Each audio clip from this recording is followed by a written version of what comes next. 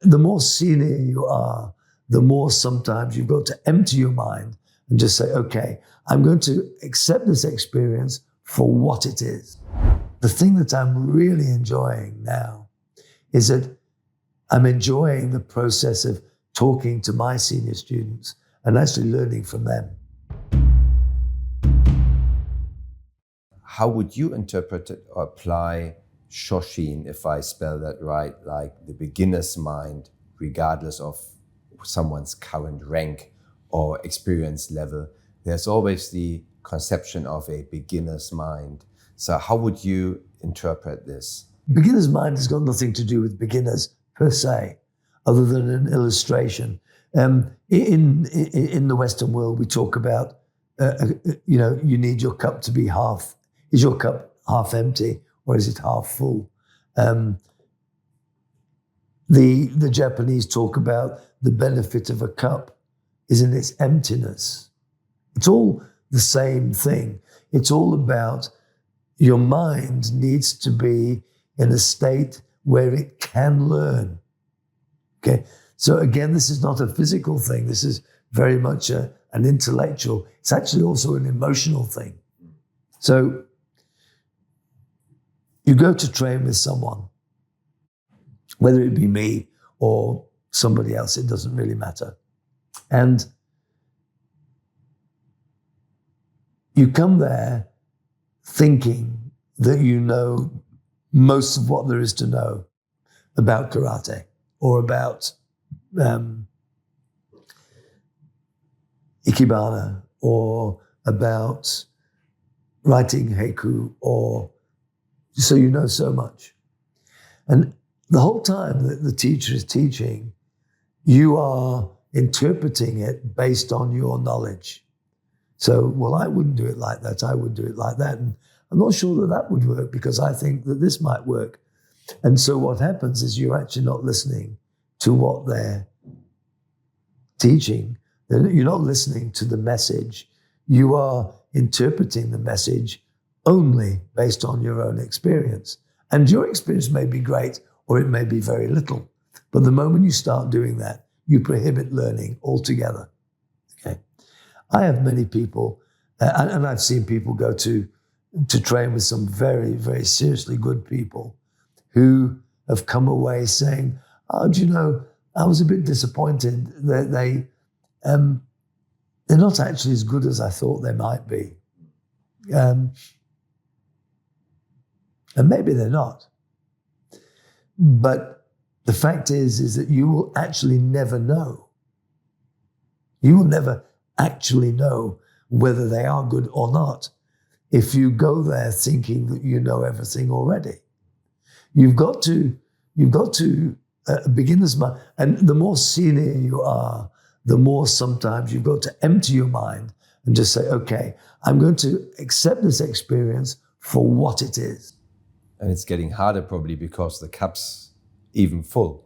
Well, the thing is, actually, I think that one of the things that I've really enjoyed about being relatively senior, and I've actually been practicing, I'm not going to take into account my early years in boxing and so on, but I've actually been practicing the martial arts now for 60 years, in one way or another.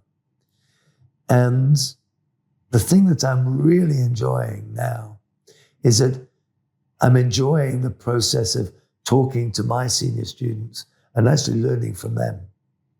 Because the synergy of minds working together on a task is more powerful than any one human being could possibly conceptualize. And I actually quite enjoy trying to work, and sometimes succeeding, working with a beginner's mind when I'm actually working with my senior students. Now, I've reached the stage for the first time in my life where I don't have a teacher. I've been one of the fortunate ones. I've had a teacher for 60 years. I've never been in a situation where I've had to grade myself. I've never been in a situation where I haven't had somebody that I could go to and say, Sensei, I have a question. For the first time in my life, I'm in the position where I no longer have a teacher. And it's not because I don't want a teacher.